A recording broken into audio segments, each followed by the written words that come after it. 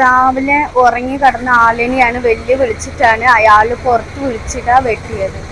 ഓൻ്റെ ഒപ്പം ഏട്ടനും രണ്ട് ഏട്ടന്മാരും ഓൻ്റെ ഭാര്യയും ഓണും കൂടി മൊത്തം 4 ആളാണ് ഇവരെ തല്ലാനും വെട്ടാനും വന്നത്. കുറേ തല്ലി പിന്നെ വെട്ടും കുത്തി. പിന്നെ വെട്ടാൻ വന്നു കൊള്ളാനും വരുന്നുണ്ടെന്ന് പറഞ്ഞിട്ടാണ് ആരുവ കത്തി താലിട്ടിട്ടൊന്നുമില്ല. ഇവരാണ് ഞങ്ങളാണ് ഓടി രക്ഷപ്പെട്ടത്. ഇല്ലെങ്കിൽ ഞങ്ങൾ വെട്ടി കളഞ്ഞിട്ടുണ്ടാവും. വേറെ ഒരു കാര്യത്തിനല്ല, ഒരു നിസാര കാര്യമായ ഒരു വെള്ളത്തിന്റെ പ്രശ്നമാണ്.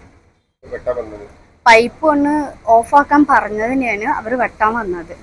അതിന്റെ മുന്നേ ഓൻ്റെ ഭാര്യനെ തല്ലാൻ വന്നപ്പോൾ ഓൻ പറഞ്ഞ് ഭാര്യനെ തല്ലരുത്, ജസ്റ്റ് ഒന്ന് മാറ്റി കൊടുത്തപ്പോഴാണ് ഓൻ ഏട്ടന്മാരിനൊക്കെ കൊണ്ടുവന്നിട്ടാണ് അകത്തിരുന്ന ആളെ വിളിച്ച് പുറത്തിട്ടിട്ടാണ് വെട്ടിയത്. മുമ്പ് ഉണ്ടായിരുന്നു, പക്ഷെ ഞങ്ങൾ അത്ര വലിയ കാര്യമായിട്ട് എടുത്തില്ല. നമ്മൾ വാടകയ്ക്ക് ഉണ്ടാവുന്ന ആൾക്കാരല്ലേ, ചെറിയ ചെറിയ പ്രശ്നങ്ങൾ ഉണ്ടാവും. ഇത് വലിയ വിഷയമാക്കണ്ടെന്നാണ് വിചാരിച്ചത്. പക്ഷെ കുറേ ബുദ്ധിമുട്ടായിരുന്നു. പക്ഷെ ഞങ്ങൾ ഇതുവരെ പുറത്തും പറഞ്ഞിട്ടില്ല. ഞങ്ങൾ സാറിന്റെ പോട്ടം പറഞ്ഞ് വിട്ടതാണ്.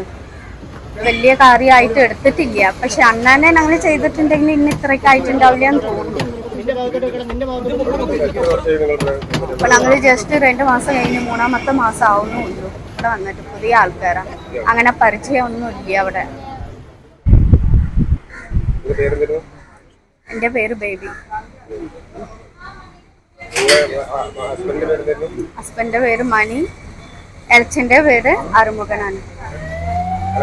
എൽച്ചനക്ക് വെട്ടുണ്ട്, എന്റെ ഭർത്താവിന് വെട്ടുണ്ട്.